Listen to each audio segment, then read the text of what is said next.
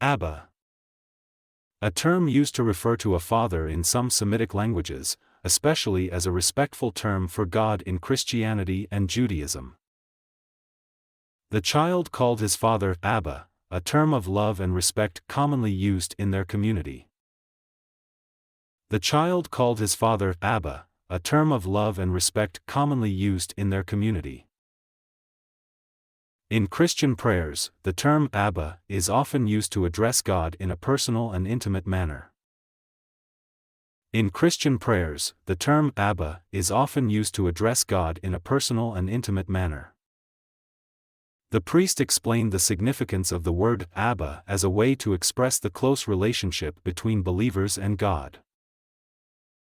The priest explained the significance of the word Abba as a way to express the close relationship between believers and God. The family gathered around to listen to the stories their Abba would tell, cherishing the wisdom he passed down.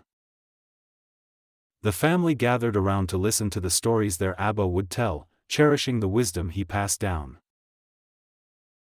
In the synagogue, prayers were offered to Abba, showing the deep reverence the congregation had for their spiritual father. In the synagogue, prayers were offered to Abba, showing the deep reverence the congregation had for their spiritual father.